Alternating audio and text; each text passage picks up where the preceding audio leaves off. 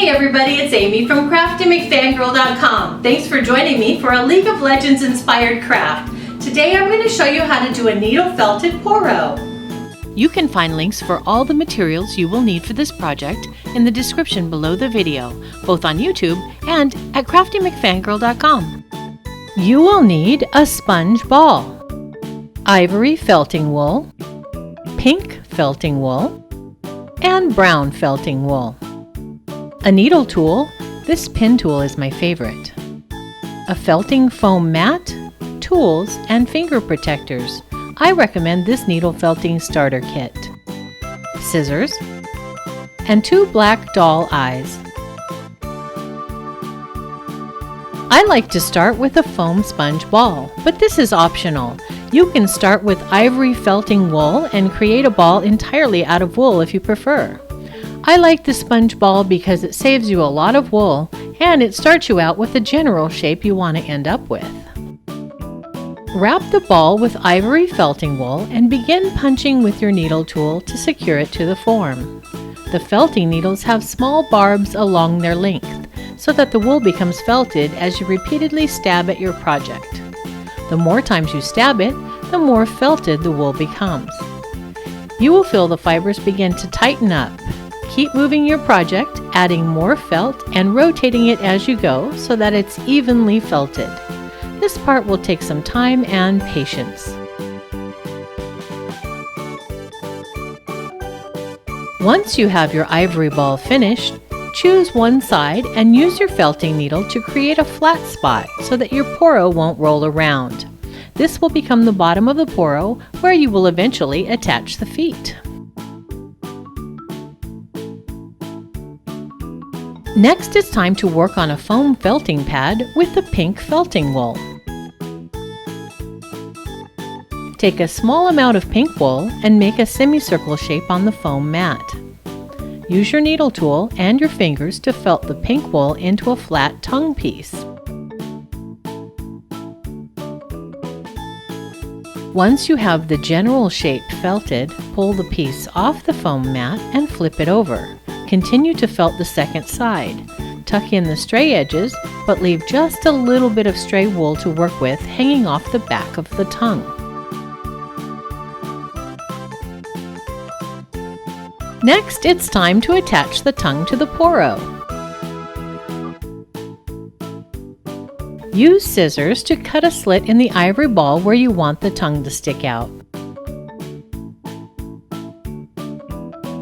Then stick the tongue into the cut and use a felting needle to felt the two pieces together.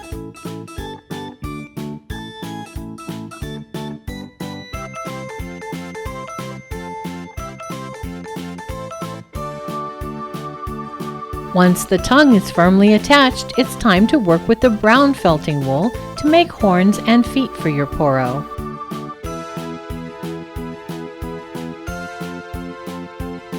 To create the horns, twist 2 small pieces of brown wool and begin needle felting them into a horn shape on your foam mat.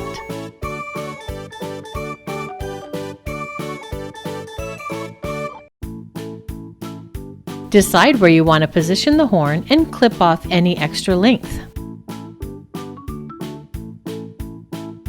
Use your scissors to create a hole and tuck the bottom of the horn into it. Then use your felting needle to attach the horn to the body and create a nice curve backward as you go. Then do the same thing on the other side.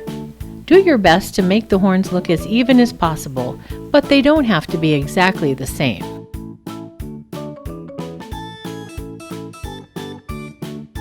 The next step is to create and attach feet to your Poro. I use the pieces that I cut off of my horns to make my feet. You can also use more brown wool to make 2 tiny feet and attach them to the bottom of your Poro with a few stabs of your felting needle.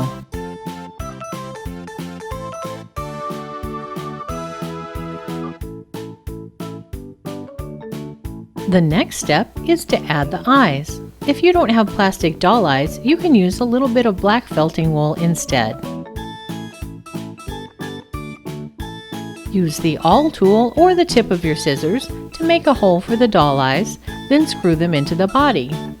You can add a dot of white glue on the eye before placing it in the body if you want to.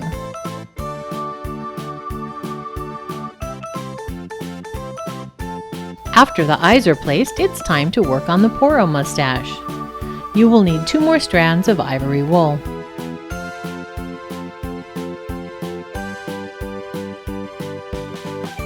And again, you'll want to work on a foam felting mat. Create 2 fluffy mustaches with the ivory wool. Try to make them match as much as you can. You can leave the ends a little fluffy if you want to. Then place the mustaches on the body and attach them using the felting needle. I used the fluffy end parts to felt into the body to make the join invisible.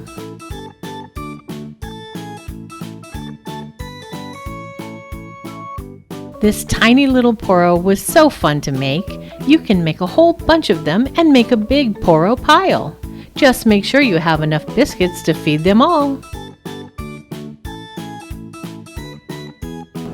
Thanks so much for watching.